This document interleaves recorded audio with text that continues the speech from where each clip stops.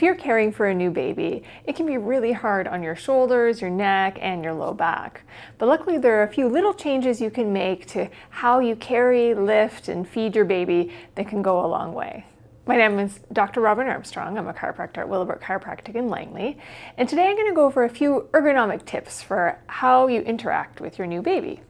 So this is my little baby here. Surprisingly, my 13-year-old did not want to volunteer for this video.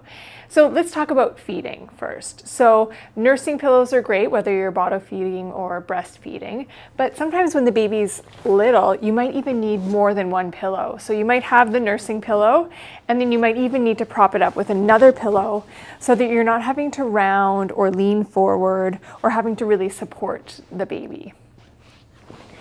The next is when you are carrying the baby. So we often, want to put them on one shoulder. We have our shoulder that we carry the baby on, and then we have our other arm that we do things with. If you can, it's best to try and hold them right in the middle. So you can either support them with one arm, or I love baby carriers. Now we've gotten rid of all our carriers, so I can't demonstrate one, but I really like the backpack style carriers. So one that has two straps for your shoulders, and then ideally it also has a waist strap. So this helps dissipate the force, so it's not all going through your shoulders. And it can either be a front carrying one, or when they're big enough, you can turn around and put it on your back.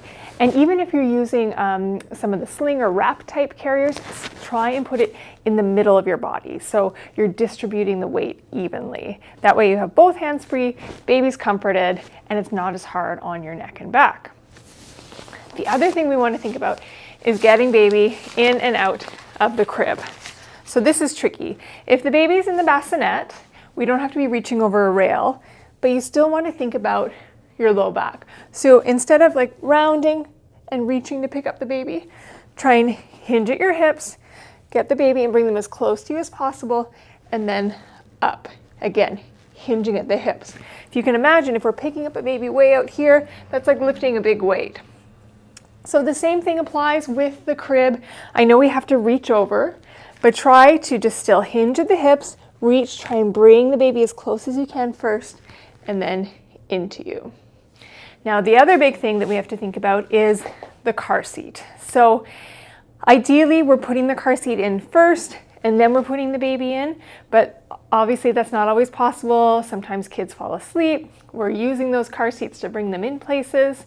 So I just want you to think about making sure that you are not combining movements. What I mean about that is it's common to kind of swing and bend. So we're doing a rotation and a flexion to put the car seat in the car.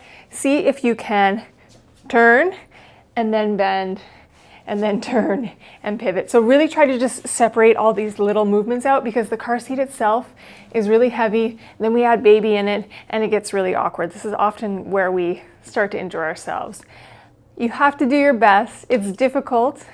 Taking care of a young person can take a toll on us physically, mentally, but of course it's worth it.